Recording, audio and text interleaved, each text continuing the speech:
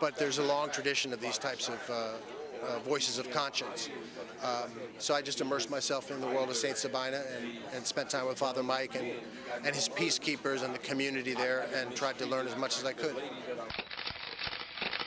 We love you on Windy City Live. Yes, we do. Tell us, how did all this happen? How did this come about? Well, I play me.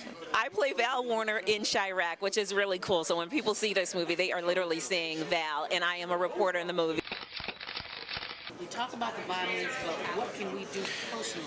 I think we got to be engaged, and I think engaged in a number of things. In our block, in our home, in our neighborhood, we got to be engaged. We got to fight the issues. We got to fight a government that is abandoned, you know, whole communities on the south and the west side. We got to fight a governor who's cut out every youth employment program, who's cut out violence prevention programs, who's abandoned our communities and the poor and the vulnerable. And I think we got to reach out to our brothers on the street and love them and respect them and help them, not just demonize them. My participation is only because of Mr. Spike Lee, our leader, our director, and he reached out to me and blessed me with the opportunity to be in this film and said that his mission was to save lives in the south side of Chicago.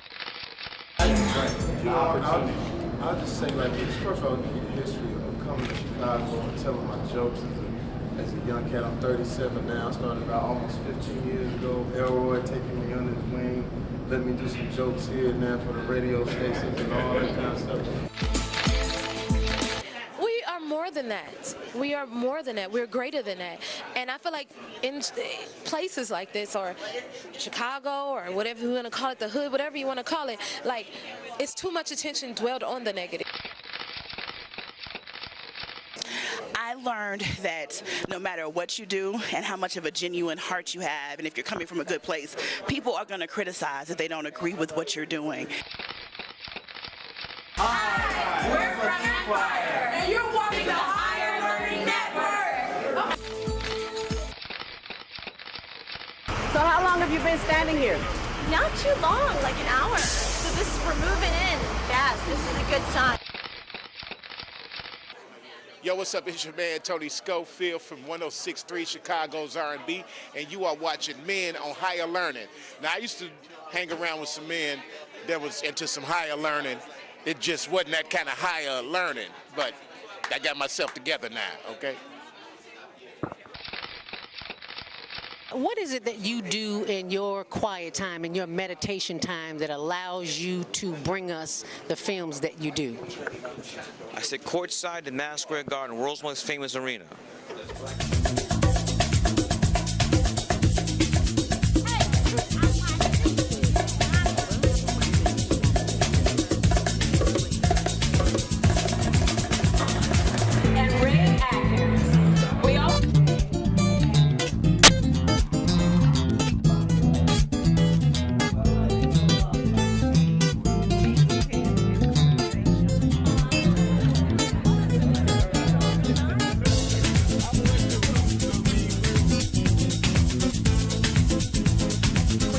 And you're watching ZTV on the Higher Learning Network.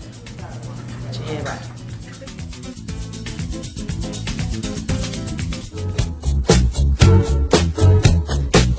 She was more like a beauty queen from a movie scene. I said, don't mind, but what do you mean? I am the one who dance on the floor and around.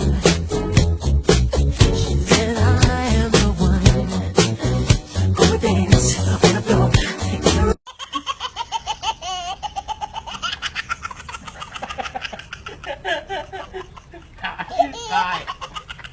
Die.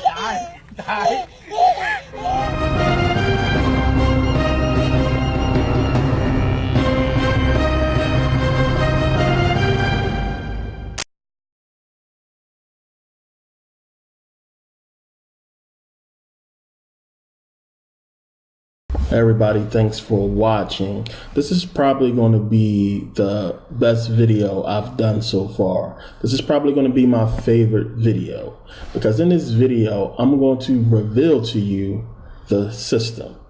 I'm going to show you what the system is. Now, we have come to call the system the white man.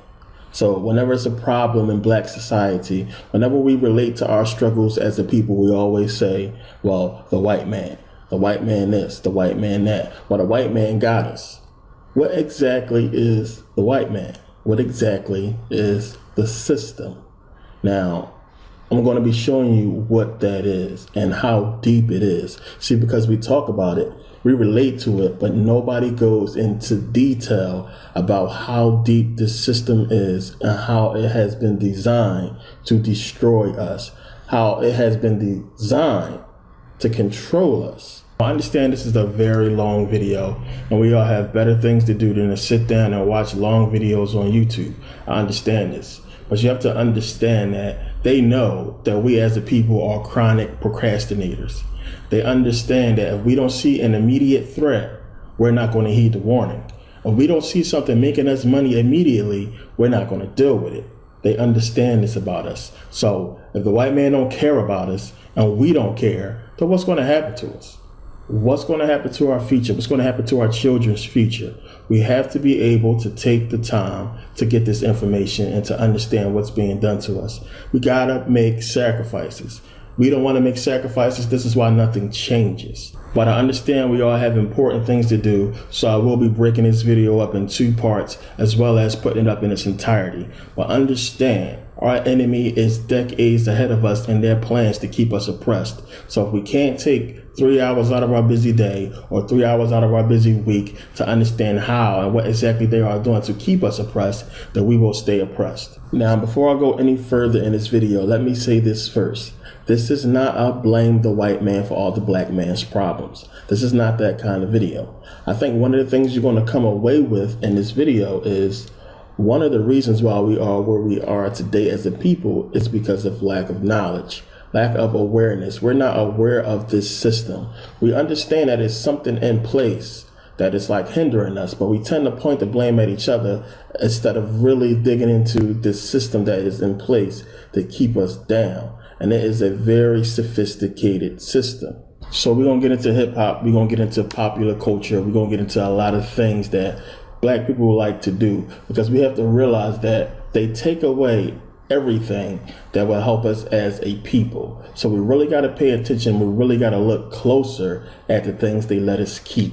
We really got to start doing that because it's a reason why they let us keep certain things. So we're definitely going to get into hip hop. We're definitely going to get into the fashion. We're going to get into some of the trends. We're going to get into a lot of things that black people follow today.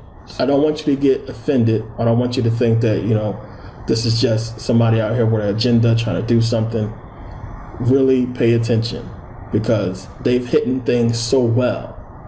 They are very good at this. They've been doing this for years. They have hidden things so well, and they have put, you know, meanings out there that make sense. And you would look at certain things and it will make so much sense to you. You have no clue that it was designed that way to basically blind you from something else. So I'm going to be showing you things like this in this video. And as I said, I don't want anybody to get too offended. I don't want to hinder anybody from seeing this video in its entirety because this is a very important video. Now, one of the things we're going to run into as we go along in this video is people going to have the question of why. See, if you can't get your head around the why, you're not going to understand, or you're not going to really accept the information in this video, because your whole thinking is going to be, well, why would they do that? Well, why would they do that? Well, that don't make sense because you don't understand the why. The why is very important, but the why will have to come later on because it's just too much to explain why. And one of the problems is most of us black people, we don't know our history before slavery. We don't know where we come from. We don't know what has been going on this planet before slavery. You go to school and they tell you that black people we have our exception in this country, well, in America, you know, with slavery. But we don't know what happened before that, you know, and it's a lot of research you will have to go through to understand what's going on. Some of the people watching know exactly what I'm talking about. Some people may not, but that's why I have to show you proof. Now, some people will disagree with some of the things I'm going to say, which is why I have to show proof. But we have to come to the agreement that something is obviously wrong. We can all agree that there is something in place that is keeping the black person, the black man and black woman from reaching the point of success that we should be at this point in our life. Some of us, we can see exactly what that is, but we don't know the details behind it. That's what this video will show. It will get really deep into the details, and I'm not going to, talk too much. I've been building it up for like 7 minutes now, so I'm going to get right into the information. But I know the big question on a lot of your mind is why? Why would they do that? Well, this is all some bullshit.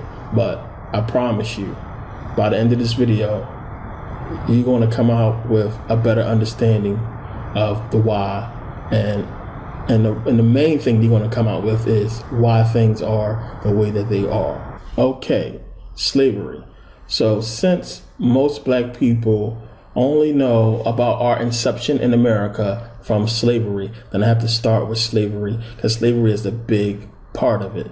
Now, if a white person tell you, man, y'all need to get over slavery, it was so long ago, get over slavery, you tell them to tell their people to give back every dollar, every bit of wealth and success that they reap from the benefits of slavery, then we'll get over it. Because the reason why we cannot get over slavery is because we know deep down in our head that the reason we are where we are at today as a people has its inception in slavery. It's because of slavery, and that is the truth. So what has never happened was nobody has not outlined how that was possible.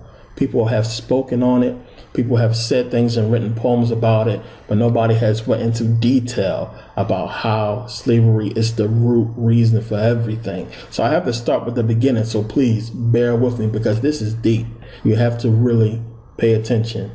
Now, you have to think about slavery. Now, if slavery was just about getting black people to do your work and getting black people to, take care of your kids and, plow and make you money. If it was just about that, then the psychological aspects of slavery wouldn't have been implemented. The psychological things that was done to the slaves would not have been done if it was just about using slave labor to make the white man rich.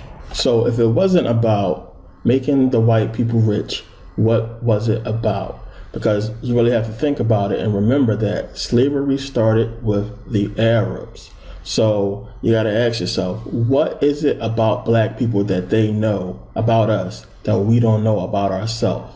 See, it has something to do with the unity of black people, and that being very powerful. The Bible actually speaks to it. Now, if you saw one of my earlier videos, I did a whole part where I took the book of Genesis, chapter 11, verses 1 through 9, and I took it back to its original Hebrew language.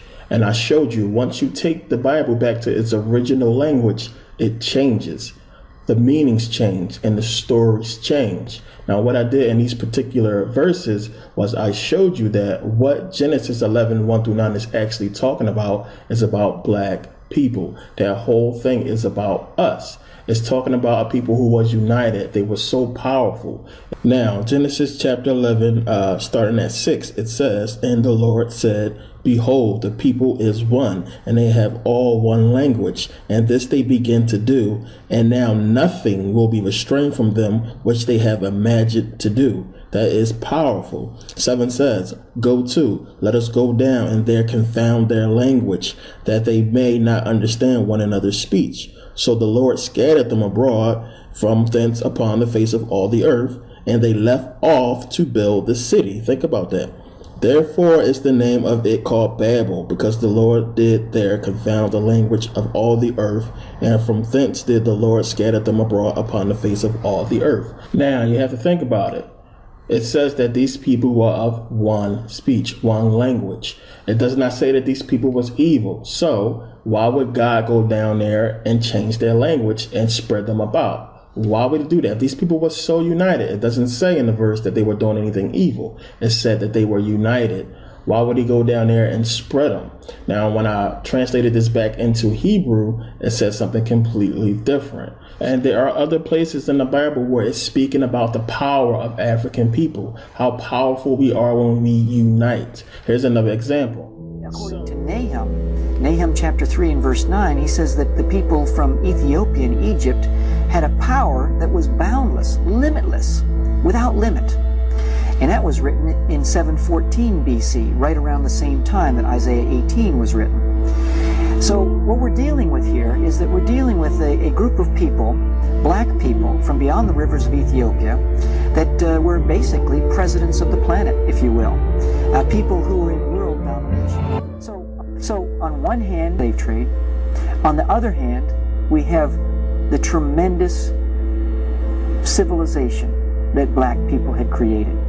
There was a definite crisis of the conscience, because there were white brothers really intensely fighting this thing called slavery, and they were pushing for the liberation of the black man, condemning the trade itself, and freeing slaves in America, and they were torn. And so you can see where the impetus and the need to formulate rationalizations for this developed. What to do? What are the anthropologists and archaeologists going to do in dealing with this information?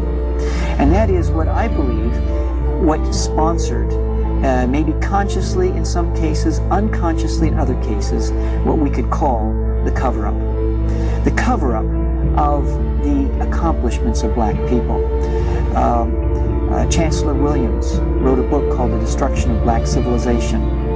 And in this book, he outlines 7 points as to why he feels that there was a cover-up. Ignore. Just refuse to publish any facts of African history that don't go along with our racial theories. We need to create a religious and a scientific doctrine so that African slavery won't appear that bad after all. What we need to do is flood the world with new African histories that contain our European perspectives only. Start renaming people and places. Replace African names with Arabic and European names. This will disguise their true black identity. Let's change the criteria for defining race. For example, 1 drop of Negro blood in America makes you a Negro, no matter how light the skin. Yes, and when reporting ancient African history, reverse the standard. No matter how dark the skin, woolly the hair, or thick the lips, you don't have to be a Negro. When black contribution to civilization is too obvious, let's find a way to attribute it to outside white influences. When all the ancient historians contradict your theory, we'll just discredit them. So, as you can see, there is something about black people, there's something about us that they know about us that we don't know about ourselves. The ancient Egyptians knew what that was. They knew we were different. They knew we were special. So, of course, in the 1400s, during the Arab slave trade, they castrated us. They took our language. They indoctrinated us into Islam. And we still flourished as people. They don't tell you about the Songhai people. They don't tell you about how good these people was. You don't know about Sunni Ali and how Sunni Ali was a very smart, powerful man down and with the Songhai Empire. Sunni Ali was not really a Muslim. He did not really follow Islam the way he was supposed to, but yet the Songhai people still flourished. Now, when he died, his son did not assume the throne because he didn't want to convert to Islam. So this is all around the time of the Arab conquest. This is around the time when the Arabs were very powerful and Islam was spreading. And a lot of African kings was converting to Islam for political purposes. Mansa Musa, who was considered the richest man of all times, a black man, he was one of them. He converted to Islam. But Sunni Ali, his son, did not want to convert to Islam. I guess he wanted to be more like his father. So Askia Muhammad, or Askia the Great, he took over, and the Songhai people were very powerful. And in 1591, they were taken over because they were very powerful. These people had colleges, they had a whole system, they had a political system, they had a legal system, they had lawyers. They were very powerful black people because they were united. And They seen that these black people were very powerful. They were smart with trade. They were smart with agriculture. They were smart in mathematics and everything. And these people were becoming powerful. So in 1591, it was a war. Now, most of the slaves that came over to America came from the Songhai Empire. So I want you to take a look at this and look at Dr. what's his name? Edward Robertson is his name. He's 93 at this time. He's talking about what was going on around this time. Take a look and listen to what he had to say. Well, first I want to say something to the ladies in the audience. I want you ladies to understand that African women, and you're the genetic reproductions of our mother, were considered the most beautiful women on the planet for thousands of years by all of the civilized people of the world. The Greeks thought so much of your beauty that they named 2 star constellations after you, Andromeda and Cassiopeia, the two most beautiful star constellations that are in heaven. They say that they have all of the beauty of the setting sun, hair which is alive, and a figure incomparable even today. So I don't want you to think that just because we went through 400 years of horror where they were saying you were ugly, that you believe that because you're the most beautiful people. Well, you are imitated by everybody. So I want to say that before we get on to the discussion.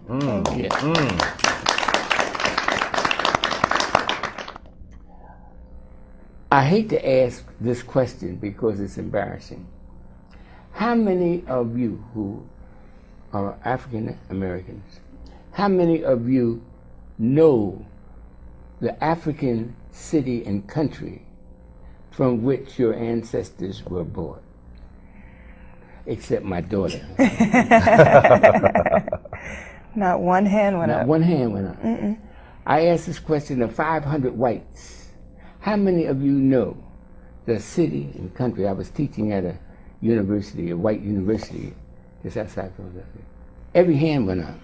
They knew not only the country from which they came, not only the city, but the borough from which their ancestors came. Now, how come they know and none of you know?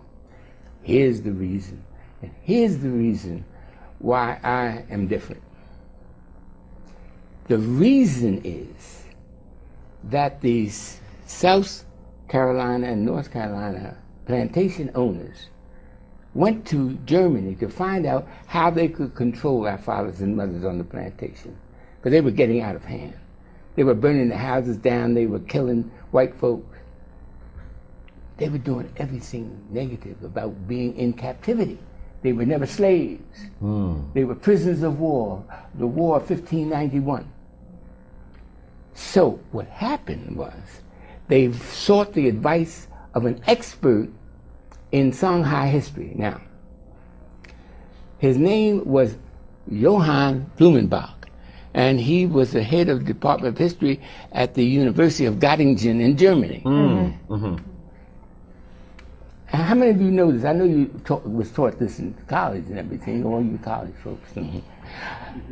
Well, when they sought his advice, they said, do they know that they're the Songhai people? So the plantation owners who traveled over there to seek his advice said, well, of course they know that they come from the great Songhai Empire. Well, that's your problem.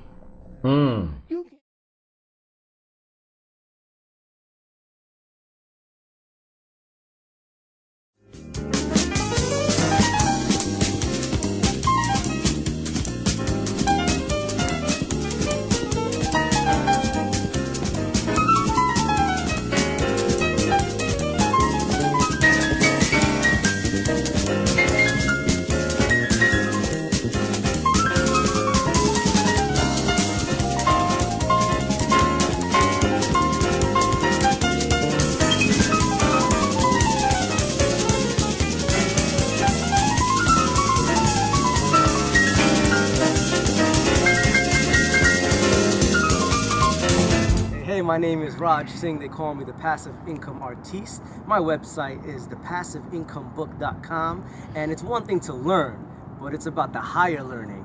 You are tuned in to the Higher Learning Network. Boom!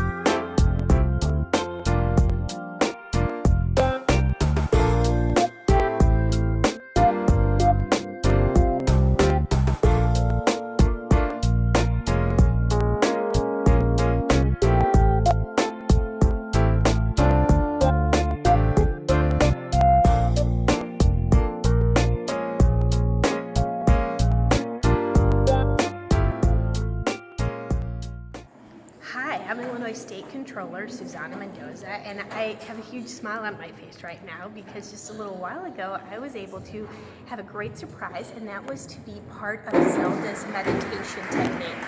And my life is always so hectic, it's very stressful. You can imagine having to deal with a $12.4 billion budget deficit and growing. But for a moment, I escaped all of that and just felt happy. Why? Because I was able to take a moment to breathe, to relax, to move my head around, really relax my shoulders. You know, the little simple things in life that you sometimes just don't take the time to do. So I want to say thank you to Zelda. I wish I could take her in my pocket with me to work every day. But if you get an opportunity, hopefully you'll get to have an excellent 5 minutes or more with Zelda and enjoy her meditation techniques.